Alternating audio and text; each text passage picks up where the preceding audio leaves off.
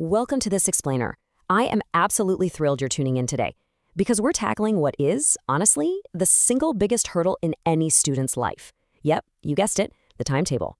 We're going to break down an incredible analysis of the most effective, totally stress-tested time management strategies used by the top-performing students out there. If you have ever felt just completely overwhelmed trying to schedule your studies, you are in the exact right place. We're going to build a routine that actually works in the messy, real world.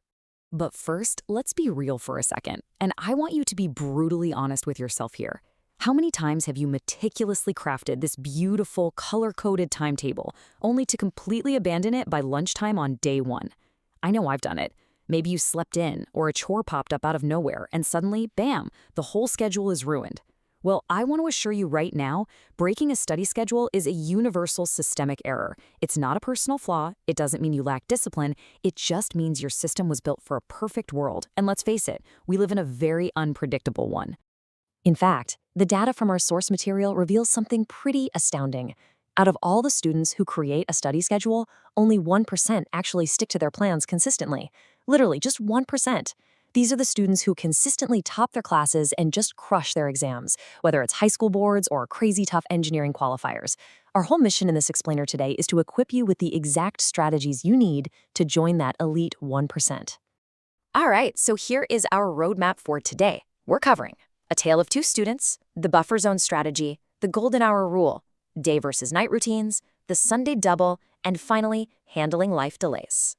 Okay, let's jump right into Section 1, A Tale of Two Students, Chintu versus Mintu. To really get why timetables fail, we've got to look at two super relatable student archetypes. Both of them sit down with the exact same goal, which is studying 6 hours a day. But this right here brilliantly illustrates the contrast between the 99% and the 1%. Chintu is our perfectionist. He plans to wake up at 7 a.m., but his eyes open at 7:30. Instantly, panic mode. He thinks, well, my 7 to 8 slot is ruined, so the whole day is a wash. He falls into this massive guilt spiral and abandons the timetable entirely until exam panic sets in a month later. Mintu, on the other hand, is the realist. He knows life is wildly unpredictable. He fully anticipates that alarms are going to fail, and yet, he successfully completes his daily goals anyway. How? Because Minty uses a psychological safety net. Which brings us to Section 2, the buffer zone strategy. This psychological safety net is Mintu's absolute secret weapon.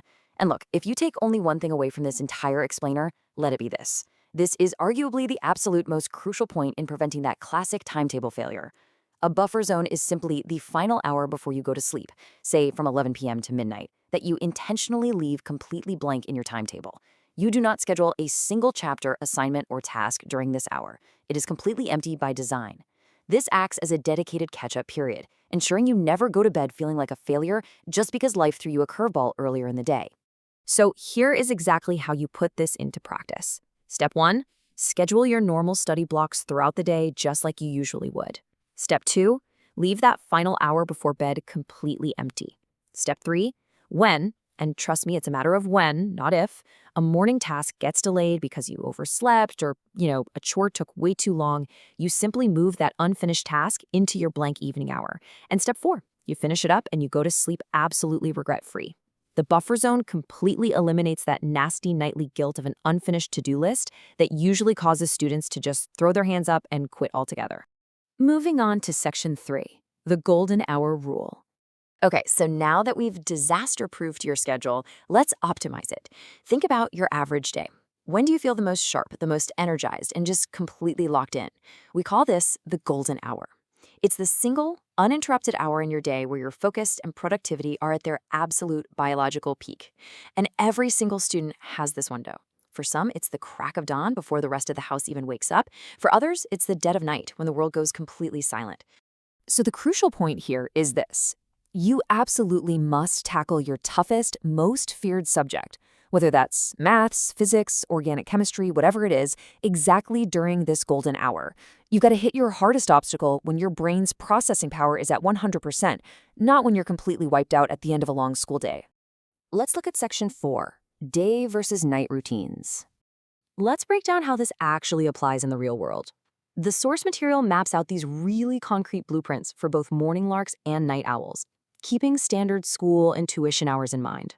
For a day student strategy, notice how they utilize that 6 a.m. to 7 a.m. block. That's their golden hour. They're using their freshest, best morning energy to conquer their absolute hardest subject.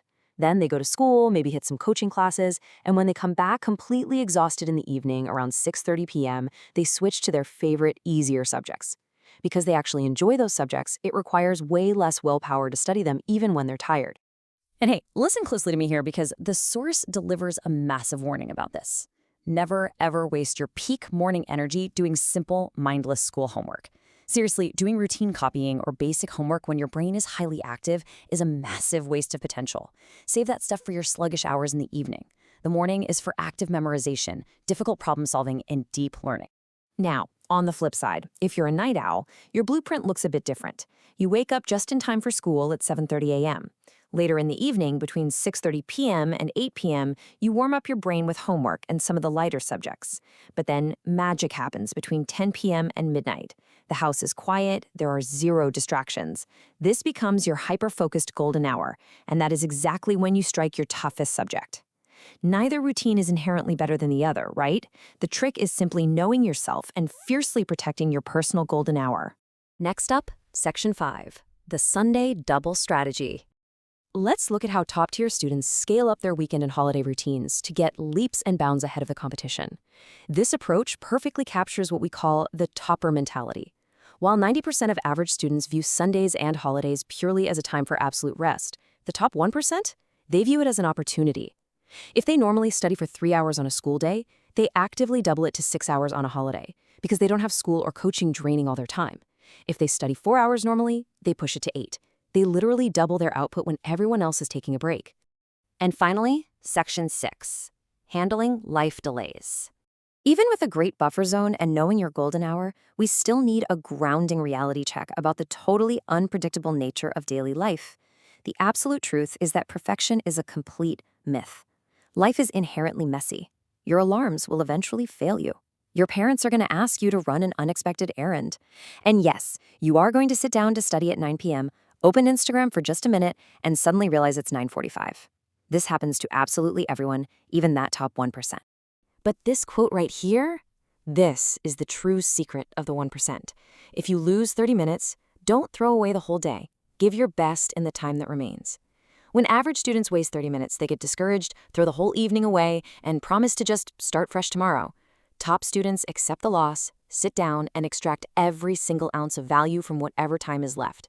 Resilience in the face of a broken schedule is far, far more important than building a perfect schedule in the first place. So I'm going to leave you with a bit of a challenge. The next time you wake up 30 minutes late or you get completely sidetracked doom scrolling on your phone, what are you going to do? Will you abandon your entire day like you used to? Or will you accept it, utilize your buffer zone, and actually join the 1%? It's completely up to you. Take control of your next study session.